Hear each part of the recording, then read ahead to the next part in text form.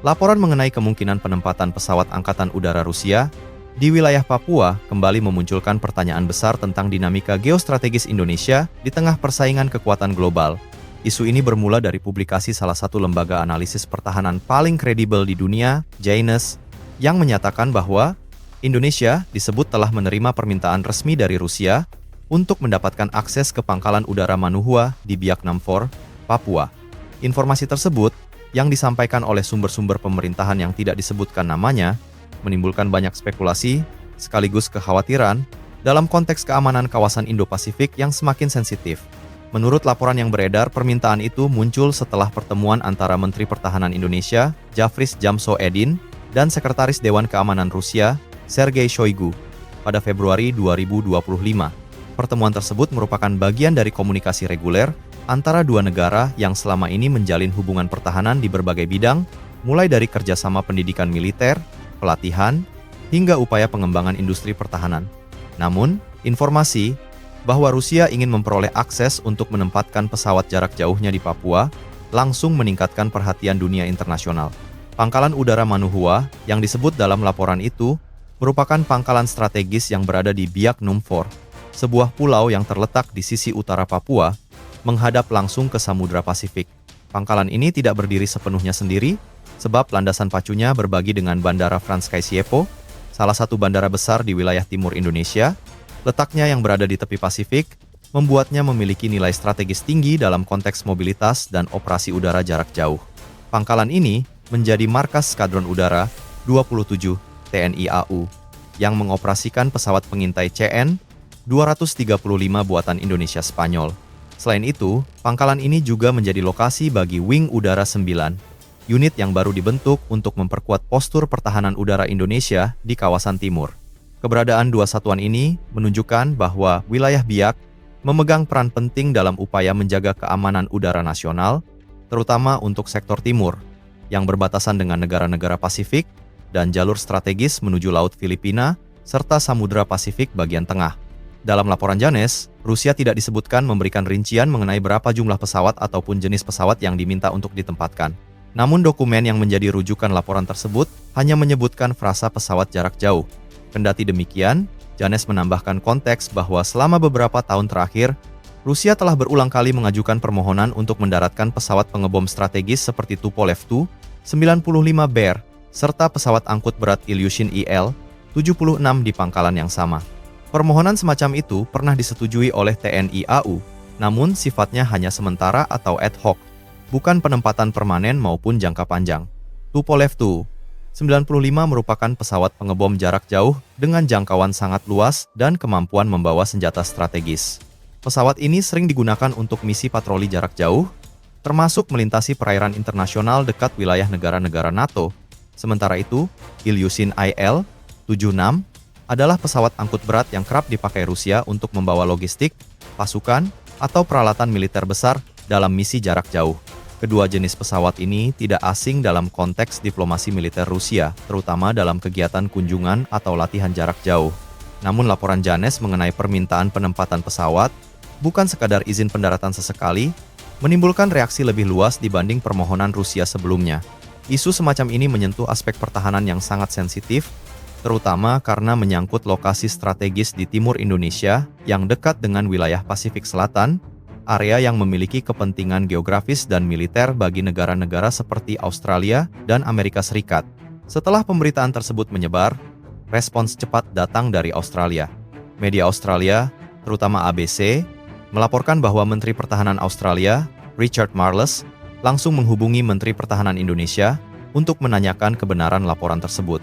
Australia melihat isu ini sebagai sesuatu yang dapat membawa implikasi geopolitik baru di kawasan yang selama ini cenderung stabil.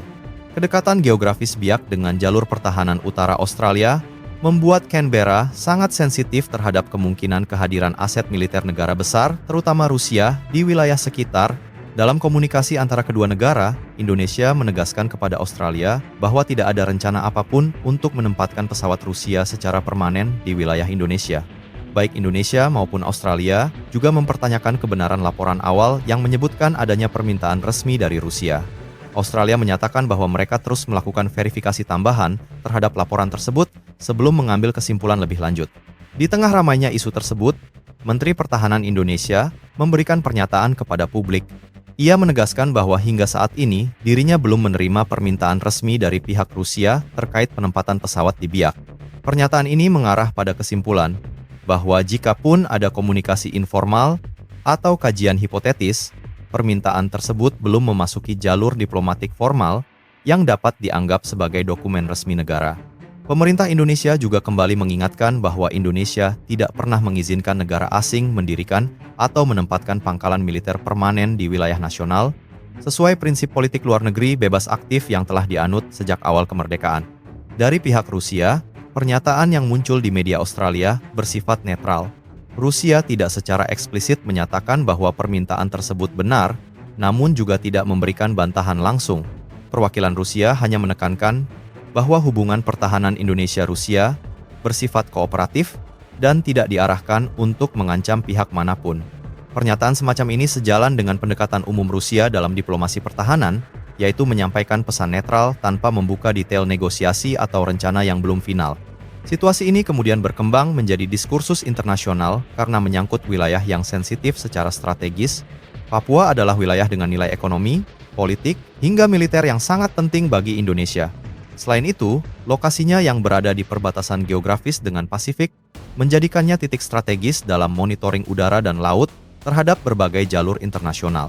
Kehadiran aset militer negara asing di wilayah tersebut, walaupun hanya berupa izin akses non-permanen, berpotensi dimaknai sebagai perubahan orientasi strategis yang dapat memicu respons dari negara-negara lain. Kawasan Indo-Pasifik sendiri sedang berada dalam fase transisi geopolitik. Amerika Serikat, Australia, Jepang, dan negara-negara Pasifik lainnya memperkuat kerjasama keamanan mereka untuk menghadapi dinamika baru yang muncul dari peningkatan pengaruh Cina. Dalam situasi seperti ini, munculnya aktor baru seperti Rusia di wilayah yang strategis seperti Papua dapat menambah kompleksitas hubungan antar negara di kawasan. Karena itu, isu yang tampaknya kecil sekalipun, seperti laporan permintaan akses pangkalan udara, bisa menjadi sensitif dan langsung menarik perhatian media internasional. Dalam konteks domestik, isu ini juga mendapat perhatian karena berkaitan dengan kedaulatan nasional dan prinsip non-blok Indonesia. Kebijakan luar negeri bebas aktif telah menjadi fondasi utama hubungan internasional Indonesia sejak awal kemerdekaan. Indonesia selalu berusaha untuk tidak memihak salah satu blok kekuatan besar, sekaligus menjaga hubungan baik dengan semua pihak. Oleh karena itu, penempatan aset militer negara asing di wilayah Indonesia dapat dipahami sebagai sesuatu yang bertentangan dengan prinsip dasar tersebut. Meskipun demikian, penting untuk membedakan antara izin pendaratan atau kunjungan pesawat asing yang bersifat sesekali dengan penempatan permanen atau jangka panjang. Indonesia telah beberapa kali mengizinkan pendaratan pesawat militer dari berbagai negara untuk keperluan latihan bersama, evakuasi, bantuan kemanusiaan, atau kerjasama diplomatik. Namun izin semacam itu bersifat terbatas dan tidak mengandung unsur penempatan aset militer asing secara tetap. Dalam kasus laporan mengenai Rusia dan Biak, perbedaan ini menjadi kunci untuk memahami mengapa pemerintah Indonesia menolak laporan tersebut dengan cukup tegas. Berdasarkan pernyataan resmi, tidak ada dokumen diplomatik formal dari Rusia yang mengajukan permintaan penempatan pesawat. Selain itu, Indonesia menegaskan bahwa tidak ada rencana untuk mengizinkan penggunaan pangkalan militer nasional oleh negara asing dalam konteks operasional mandiri. Dengan demikian, dinamika yang muncul dari laporan Janez dapat dipahami sebagai bagian dari pergulatan geopolitik global yang semakin kompleks, di mana setiap informasi mengenai kerjasama militer antar negara langsung menarik perhatian negara lain di kawasan. Laporan tersebut juga menunjukkan bagaimana kekuatan global seperti Rusia masih berusaha memperluas jangkauan pengaruhnya, termasuk melalui diplomasi militer jarak jauh. Namun, hingga saat ini, posisi resmi pemerintah Indonesia menegaskan bahwa tidak ada permintaan, tidak ada izin, dan tidak ada pembicaraan formal mengenai penempatan pesawat militer Rusia di Biak. Situasi ini menunjukkan bahwa meskipun laporan intelijen atau analisis pertahanan dari lembaga internasional sering memicu diskusi luas, keputusan diplomatik dan pertahanan pada akhirnya bergantung pada pernyataan resmi yang datang dari institusi negara. Inilah sebabnya isu ini terus dipantau oleh komunitas internasional, namun tidak berkembang menjadi langkah-langkah kebijakan konkret. Pemerintah Indonesia tetap menjaga komitmennya terhadap prinsip-prinsip kebijakan luar negeri, sementara Australia dan negara-negara lain tetap mencermati setiap perkembangan baru sebagai bagian dari dinamika keamanan kawasan Indo-Pasifik.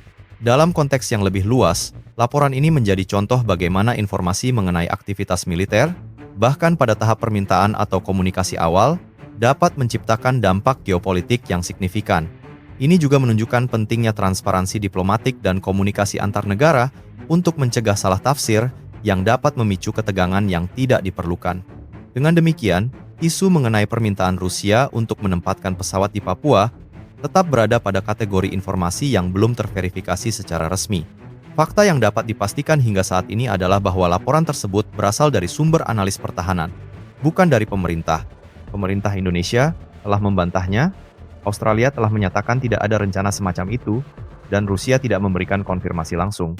Situasi ini akan terus menjadi perhatian selama informasi baru belum muncul, namun berdasarkan data yang tersedia, tidak ada langkah nyata yang menunjukkan bahwa permintaan tersebut benar-benar diajukan, apalagi disetujui. Penempatan pesawat asing di wilayah Indonesia tetap tidak terjadi, dan Pangkalan Udara Manuhua tetap berada sepenuhnya di bawah kontrol TNI AU tanpa keterlibatan operasional dari negara lain.